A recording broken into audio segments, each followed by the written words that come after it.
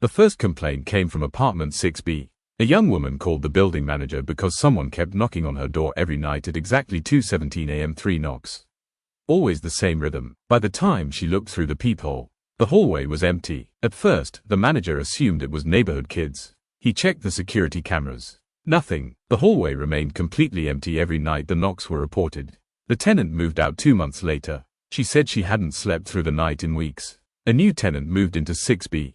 The knocks started again. 3 knocks, 2:17 a.m. always an empty hallway. Police were eventually called. An officer waited inside the apartment one night. At exactly 2:17, knock, knock, knock, the officer rushed into the hallway before the final knock echoed away. No one. He checked both stairwells, the elevator, every apartment door. Nothing. The building cameras showed him stepping into an empty hallway. No one had approached the apartment. No one had left. The case was written off as a prank that couldn't be explained. Until apartment 6A became vacant. The tenant, an elderly man named Harold Bishop, died unexpectedly in his sleep. He had lived there for almost 30 years. With no family to claim the apartment, it sat empty for several weeks. Maintenance workers were sent inside to clean it. One of them noticed something strange. Every clock in the apartment had stopped at exactly 2:17. The wall clock, the microwave, an old alarm clock beside the bed, even a wristwatch sitting in a drawer. Dead batteries couldn't explain all of them. The worker mentioned it to the manager. The manager shrugged. Coincidence. The apartment was renovated and rented again. The new tenant lasted 11 days. He told the landlord someone kept standing outside his bedroom window. The problem was, his bedroom window overlooked the 6th floor fire escape.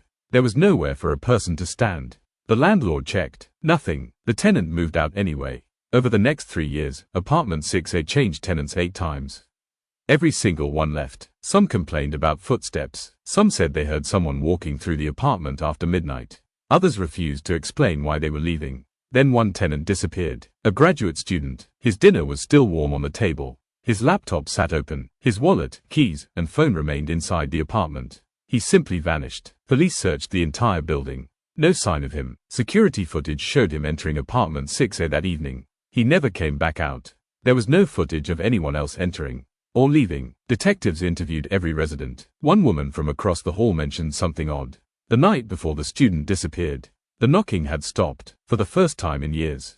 Exactly 1 week later, it started again. 3 knocks, 2:17 a.m. always on apartment 6B. The investigation stalled. Months passed. Then another tenant disappeared from 6A. Same pattern. Walked inside. Never seen again. No forced entry. No evidence of violence. No explanation. The city eventually condemned the building after unrelated structural issues. Everyone moved out. The apartments were emptied. The utilities disconnected. The front doors chained shut. A demolition crew arrived 6 months later.